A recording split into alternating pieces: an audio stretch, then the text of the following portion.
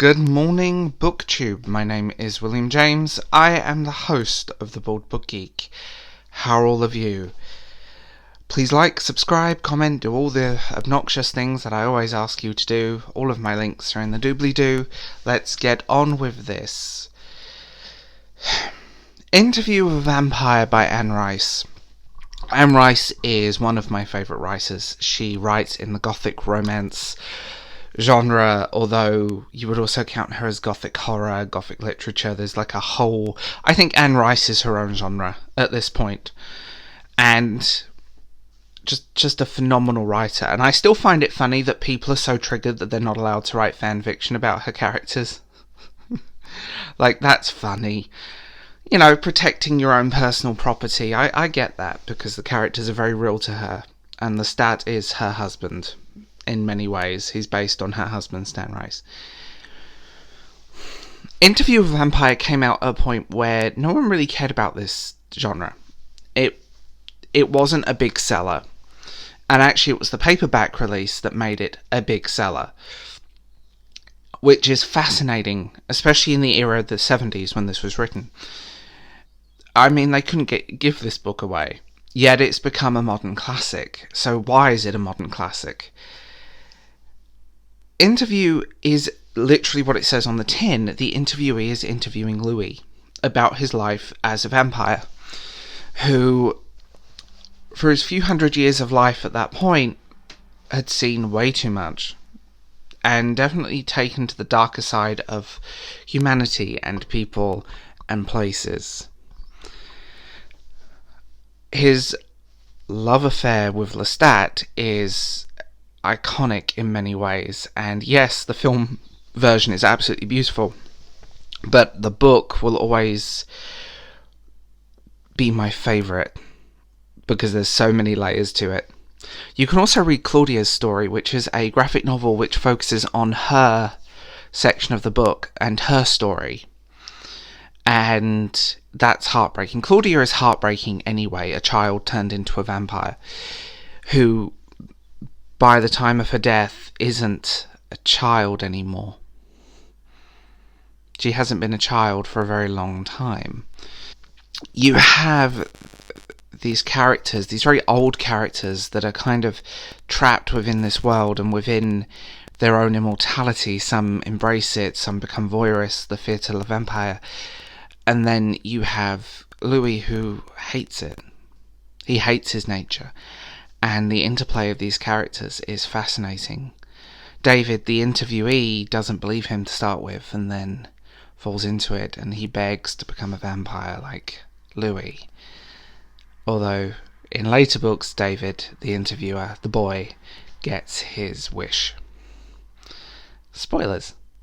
There aren't many in this video, but I think this is one of those books where you can discuss it because everyone knows the story. You see different parts of Louis' life, from the moments in New Orleans all the way through to travelling to the New World and his return to New Orleans, and you see the people he meets over the hundreds of years. The writing is beautiful and fluid and floral. Anne Rice has a way with words that just really does play into that, and another novel of hers I'd recommend is Cry to Heaven, about the castrati in Italy. Google that, by the way. You might have to understand what I'm talking about. Anne Rice as a writer remains one of my favourites, and I've read everything she's ever written, through the Vampire Chronicles, the Tales of the New Vampire, and the Witches, which all take place within the same universe, to the books on the outside of that. Her standalones, The Mummy, she has just this way with words, and her son is equally as a good writer. Christopher Rice is a very good crime writer, and she is one of those writers that you will go into and just not be able to put down. Yes, the Vampire Chronicles has some weaker books in it. I think that will always be a reason, and I think any long-running series has weaker books versus stronger books. It's just the nature of that series. The fact that her origins of vampires and species is quite science fiction almost. It's science based rather than here is a ancient custom. You learn that later on.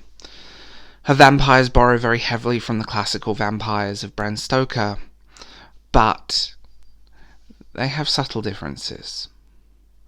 They sleep in coffins, and when they sleep, they become dead things. They are unable to have sex.